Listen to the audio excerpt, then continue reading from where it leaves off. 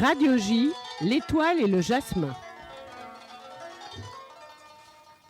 Ce matin, je laisse courir un peu plus longtemps ce générique historique lié à la personnalité d'André Naoum. Avec sa femme Janine, nous allons évoquer, j'ai presque envie de dire, ces deux héros des temps modernes, avec leur fille Maya. Maya, bonjour, merci d'être avec nous. Bonjour Lise, ça fait bizarre d'être là. Oui, ça fait bizarre. Ouais. Alors, ce matin, en effet, un gros événement se profile à l'horizon. C'est l'inauguration de l'allée Janine et André Naoum à Sarcelles, dimanche prochain, à 11h. Alors, pourquoi Sarcelles? Pourquoi Janine et André? Nous sommes là pour en parler ensemble. André Naoum a été un des immenses chroniqueurs de Judaïque FM jusqu'au bout, jusqu'à la veille de son décès. Il se trouve que à travailler ensemble, c'était devenu un grand ami, mais pas seulement le mien, celui de toute l'équipe de l'époque, et que vraiment il a soutenu les jeunes générations que nous étions moralement jusqu'au bout. Parce que il est mort il y a combien de temps? Ça fera 7 ans, j'arrive pas à voir, mais je crois que c'est 7 ans, le 7 décembre. Il y a déjà 8, 9, 10 ans, la violence vis-à-vis des Juifs, l'antisémitisme remontait, et c'est vrai qu'on était un certain nombre à être en état de sidération. Il faut dire les choses. On comprenait pas trop, on avait été élevés par des parents qui nous serinaient le plus jamais ça. Et André, il était là. André, il arrivait, on lui sautait dessus. Qu'est-ce que tu penses de ça? Qu'est-ce que tu dis de ça? Et il nous parlait, il nous expliquait les choses. Il analysait. Il avait un côté un peu, profondément intelligent, c'est pas la peine de le dire, mais rassurant également. J'avais envie de le dire parce que vraiment, il nous a tenus debout pendant longtemps. Alors, Maya Naoum, vous êtes à l'origine de l'inauguration de cette allée. Pourquoi à Sarcelles? Racontez-nous. Nulle part ailleurs. Alors pourquoi cette allée? Il y a 3-4 ans, j'ai eu comme une vision. J'ai eu une vision, je me suis dit, c'est pas possible que le nom Naoum, et vous savez, chez nous les Juifs, comme c'est important de dire les noms, de mettre le nom, je me dis, c'est pas possible que le nom Naoum, c'est-à-dire Janine et André Naoum, n'existe pas à Sarcelles, ne soit pas dans ce béton. Ces gens qui, pendant 50 ans, ont donné leur vie. Quand je dis ils ont donné leur vie, mes parents, c'est pas des gens ni meilleurs, ni moins bons que les autres, c'est pas ça du tout. J'ai pas envie de...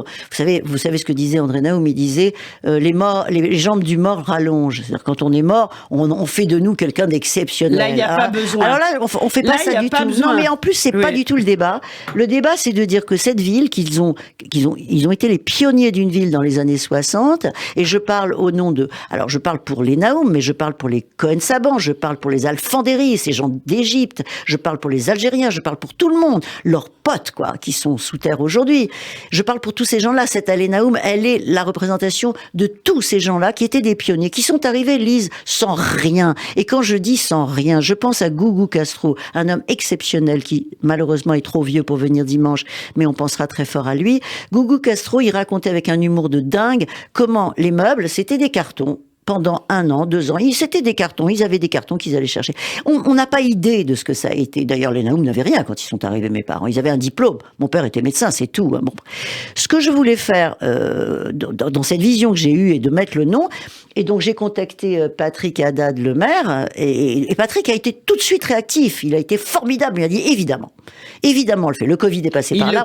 Il les connaissait. Alors son père, qui parlera dimanche, Georges Haddad, son père, qui parlera dimanche, a été un très grand ami de mon père. Donc, Patrick, il doit avoir 50 ans, je crois, il est jeune, donc il n'a pas très très bien connu mon père. Il devait être le patient de mon père, c'est tout. Bon. Ce qui va se passer dimanche, en fait, symboliquement, c'est de voir cette allée Naoum. Comment dire? Ça va, on a fait le job, on a mis leur nom. On a mis leur nom. Et puis si un jour, parce que cette ville n'a plus rien à voir avec ce que les pionniers ont fait, et pourquoi je mets Janine avant André? Parce que c'est la génération de ces femmes qui étaient toujours... Vous la mettez, attendez, il faut expliquer, vous la mettez sur la plaque, vous mettez son nom au-dessus de celui d'André. Janine côté. et André, oui. D'accord.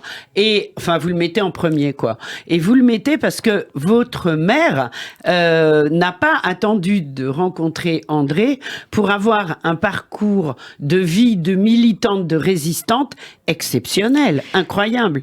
Alors, bon, ma mère, j'ai pas le temps de raconter, mais il y a deux raisons. Il y a deux raisons. Non, parce que peut-être. Il y a deux raisons pour lesquelles j'ai voulu que ma mère soit avant. D'abord parce qu'elle a toujours été en retrait, toujours derrière cette génération de femmes qui étaient un peu en retrait de leur mari. Et mon père, vous le connaissez, il avait une personnalité c'était un ouragan. Oui, c'était un ouragan. Oui. Donc dans l'ouragan, ma mère, elle était toujours en retrait. Attention, c'était pas du tout une faible femme, et elle savait vachement s'imposer, mais elle était quand même derrière lui. Donc pour une fois, je me suis dit, allez, on va la mettre en premier sur la plaque. Alors, ma mère, effectivement, c'est une femme assez incroyable, parce que elle a 19 ans quand la guerre est là, elle a 19 ans, et elle sait que son père est résistant, c'est un cheminot, il fait passer des résistants dans son train, comme beaucoup de cheminots, on connaît le travail des cheminots. Et ma mère s'engage dans la division de l'Ade de Tassigny. Elle fait du chantage à son père. Elle n'est pas majeure, donc elle fait du chantage à son père en disant il faut que j'y aille, sinon, elle m'a toujours dit, sinon je vais dire à ma mère que tu es résistant.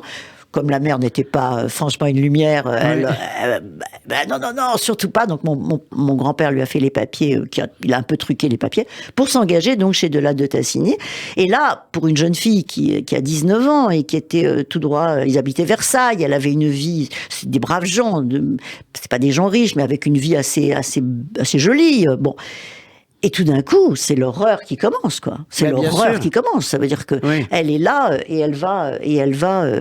Bon. Et pour la petite histoire, elle va avoir un rôle absolument incroyable. C'est qu'un jour, elle va avoir un comportement héroïque. Elle conduit une ambulance. Elle va faire le plein. On est dans la forêt noire. On est à Wiesenthal. Oui. Et voilà. Et elle va conduire son ambulance. Il faut imaginer ces filles. Elles sont très jeunes. 19 ans. Elles sont très jeunes. Enfin, il y en a qui ont fait déjà l'Algérie. Oui. Il y en a qui, mais elles sont quand même, c'est des filles comme nos filles, quoi. Elles sont. Bah, bien sûr. Et cette gamine, quand même, elle va prendre de l'essence. Alors, vous savez, ils circulaient en ligne, comme ça, les ambulances, avec, et là, elle va faire sa charge d'essence. Donc, ils sont au dépôt d'essence. Donc, je suppose qu'il y a 2-3 ambulances qui font, et elle va faire sa charge d'essence. Et puis là, un avion américain leur tombe. C'est pas un avion allemand. Un avion allemand, pourquoi je dis américain, quel lapsus. Un avion allemand, évidemment, leur tombe, qui s'est trompé de cible, en fait. Oui. Et surtout balance sur les ambulances. Une bombe. Et sur les ambulances, il y avait des croix rouges énormes. Et là, le feu prend et elle sauve. Voilà. Les blessés, sa coéquipière, elle plonge dans les flammes. Elle plonge dans les flammes. Et elle sauve ses blessés qui étaient dans l'ambulance. Elle les tire, elle les sort. Elle plonge dans les flammes pour sortir sa coéquipière qui était déjà en feu. Et elle sauve son ambulance. Parce qu'on leur expliquait que les ambulances, il fallait pas qu'elles soient, parce qu'on n'en avait pas assez. Voilà. Donc voilà un peu cette femme. Alors elle a eu Ensuite, elle participe quand même à la libération de Mauthausen. Et elle vide Mauthausen. Et apparemment, elle a quand même été marquée par cela toute sa vie. On n'en ressort pas indemne. On n'en ressort pas indemne. Et moi, pour la petite histoire, ce qui m'a sauvé beaucoup mon psychisme, parce que ma mère était une femme assez dure. Je peux le comprendre aujourd'hui avec les années, c'est que pour mon psychisme, j'ai rencontré, pas les gens qu'elle a connus, mais des filles qui avaient fait la même chose, dans des réunions d'anciennes ambulancières, etc. Et toutes les filles de ces femmes-là racontent qu'elles ont eu des mères très dures. Ah oui. Qu'elles ont eu des mères très dures, parce que, vous savez, quand je tombais, c'était pas ma pauvre chérie, c'était allez, relève-toi, c'est rien. Parce qu'elle avait vu l'horreur, ma mère. Elle avait porté des corps morts, elle avait porté des gens qui pesaient 20 kilos. Elle est revenue totalement traumatisée, et elle le dit. Et transformée, d'ailleurs. Transformée. Oui. Bon. Alors évidemment, quand ce couple... Est-ce que ça a participé à la rapprocher d'André Naoum, quand ils se sont rencontrés, lui qui était juif, étudiant en médecine, et un grand humaniste déjà? J'ai toujours dit qu'elle ne pouvait épouser qu'un juif. Ma mère ne pouvait épouser qu'un juif. Quand elle comprend... Vous savez, ma mère, elle savait pas ce que c'était qu'un juif, à Versailles, en 1940, elle savait pas ce que c'était un juif. C'est après qu'ils ont compris. Alors, par chance, elle était du très bon côté des Français. Par chance, son oncle Albert est cité dans les livres, parce que c'est lui qui a fait sauter la gare de Caen, donc il est dans les livres. Donc, les Auger, elle s'appelait Auger, sont du bon côté de l'affaire, Et ma mère, cette femme, Janine, ne pouvait épouser qu'un juif. C'était impossible qu'elle épouse enfin, ça, c'est moi qui interprète. Oui. Mais, donc, quand ils se rencontrent rue des Saints-Pères à Paris, bah, évidemment, ils tombent amoureux l'un de l'autre. Lui, il est assez fasciné par cette très jolie jeune femme qui a déjà un super passé quand même. Mais oui, c'est bien sûr. Voilà. Et elle est, je pense, tombée folle amoureuse de ce garçon qui était un petit nigaud, en fait. Il était pas... Non, bah, il a toujours dit ça. Il a toujours dit j'étais un peu nigaud au niveau des femmes. Vous savez, à Tunis, Ouais. quand on a 20 ans, on n'est pas encore, encore vraiment bon. Voilà, c'est ça un peu l'histoire des Naoum. Et pour revenir à Sarcelles, ces gens vont trimballer leur humanisme à Sarcelles. Et à Sarcelles, ça va être des gens qui vont donner tout ce qu'ils sont aux gens, à la ville, tout. Ma mère s'occupait de la SPA, de la Viso, des vieux, de tout. Oui. Et lui, alors, elle a été très active à la Viso. Très active. Oui. Très active, mais incroyable. Dans tout. Donc c'était ça un petit peu ces gens qui étaient en même temps des gens d'une incroyable simplicité. Mes parents, ils n'ont jamais cherché les honneurs, ils n'ont jamais cherché ça. Et quand d'ailleurs un copain de classe est arrivé il y a une huitaine d'années, il était député, il est arrivé en disant mais il faut donner la Légion d'honneur à Janine Naoum parce qu'il avait entendu au lycée toutes les histoires de ma mère. Elle était sidérée, elle a dit ah bon, mais moi j'ai rien demandé. Et elle a eu la Légion d'honneur très tard, avant la fin de sa vie, elle a eu la Légion d'honneur. Oui. Voilà.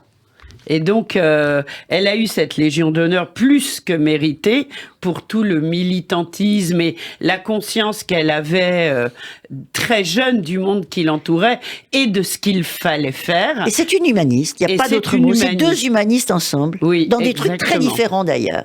Dans des trucs très très différents. Voilà. Alors ça tombe très bien parce que nous sommes en ligne avec monsieur Patrick Haddad, le maire de Sarcelles. Bonjour, merci d'être avec nous.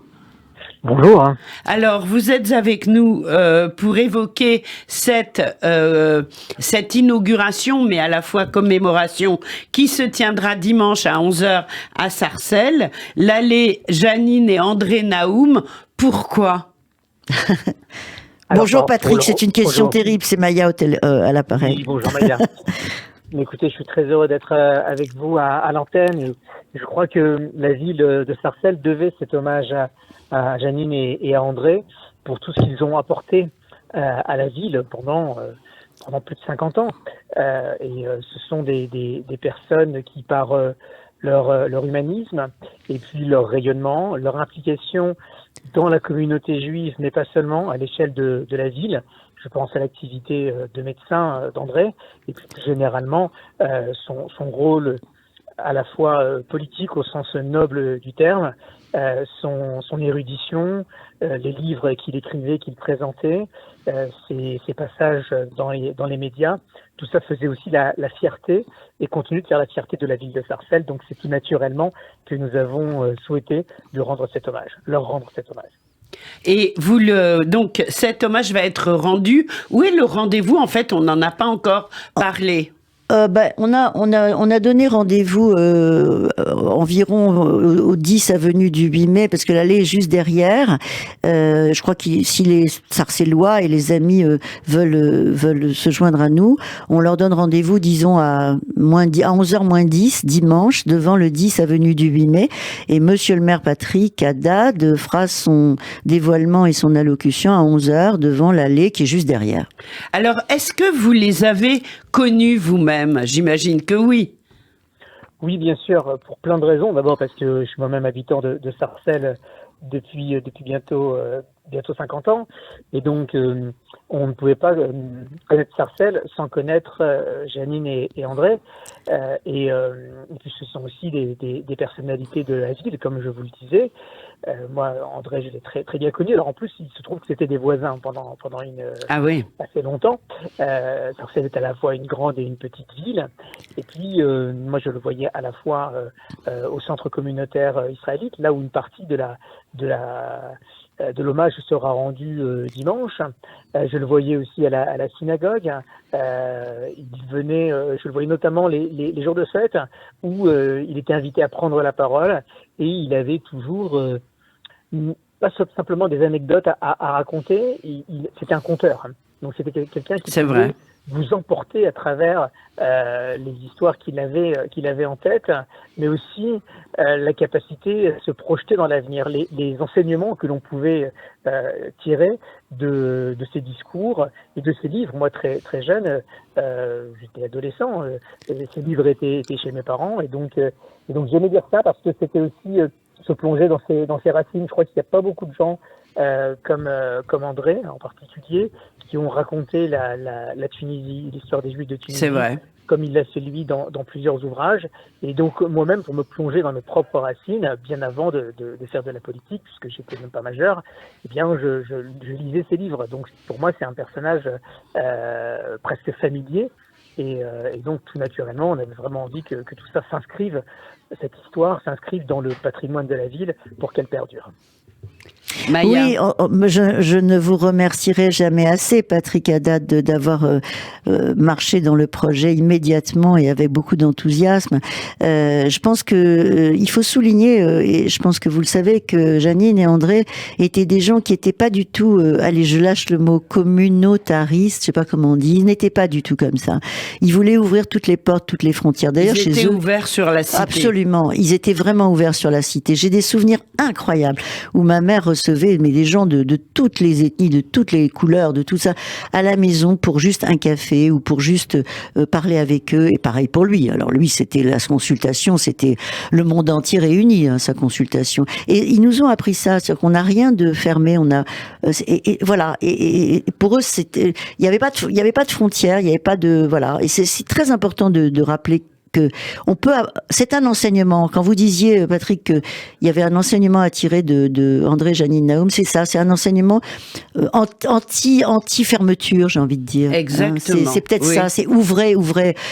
Mon père a toujours été, alors ma mère il n'en a parle toujours ouvert les portes, il a toujours fait rentrer toutes les générations, voilà. André. Ethnie, génération. Pardon. Maya, absolument, non, mais c'est très juste. Et c'est moi qui vous remercie pour la collaboration de ce bel hommage que nous allons rendre dimanche. Alors, je partage complètement ce que vous dites et j'ajoute que c'est aussi l'histoire de Sarcelles, cette histoire voilà. Humaniste et universaliste, la ville où les gens arrivent de partout, comme ça, petit à petit, et se recréent une vie, se recréent presque des racines après le déracinement, et que tout ça, il faut des personnes pour l'incarner. C'est tout un chacun, mais c'est aussi certaines personnalités qui ont émergé et qui ont tenu le bon discours, qui avaient les mots justes, qui avaient le contact facile aussi.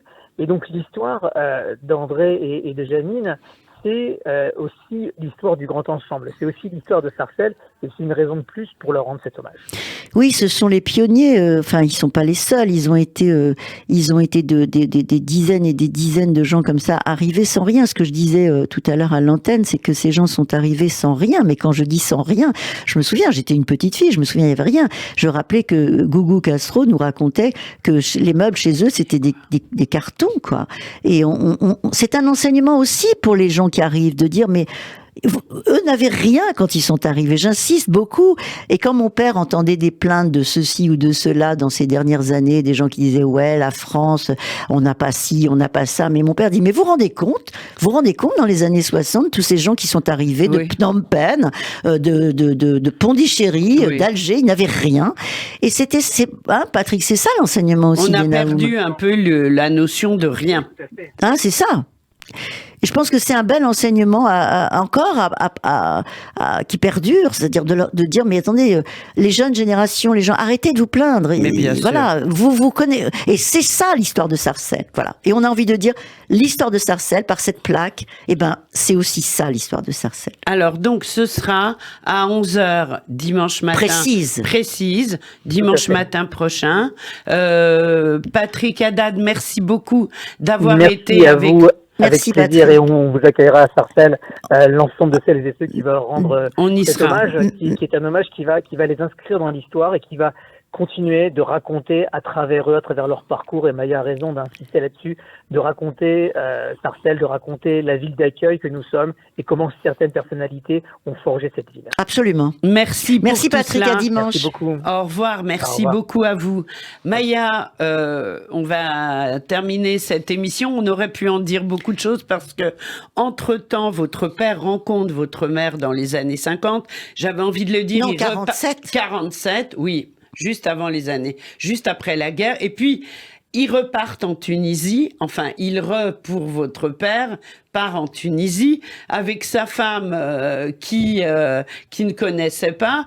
Ensuite, ils reviennent en France 11 ans plus tard, et là, ils sont à nouveau émigrés. Pour une jeune fille de Versailles, ça a dû être quand même très remuant. Vous parlez d'or, Lise, parce qu'entre-temps, en 47... En 48 exactement, ils vont en Tunisie. Oui. Et là, elle devient juive tunisienne, ma mère. Oui. Elle est convertie par le grand rabbin. Oui. Elle devient juive tunisienne. C'est le meilleur couscous du monde, c'est quand même Janine Naoum. parce qu'elle le faisait sans gras. Je suis sûre que vous le mais faites voilà. aussi. Donc, mais parce que elle revient, et alors, Oui. après, à nouveau l'exil à Sarcelles, voilà. Et là, ils refont une vie ensemble, Oui. 50 ans à Sarcelles. C'est quand même pas mal. Pour en savoir plus, il faut venir dimanche. Venez, on vous Maya attend. Naoum, bravo pour cette inauguration de l'allée Janine et André Naoum à Sarcelles. Et puis, on se retrouve dans 2 semaines pour une nouvelle émission littéraire, L'Étoile et le Jasmin, créée par votre père, dans 2 semaines sur Radio J. On continue en musique on se quitte en musique, nous deux, et avec les auditeurs, avec Au Café des Délices, Patrick Bruel.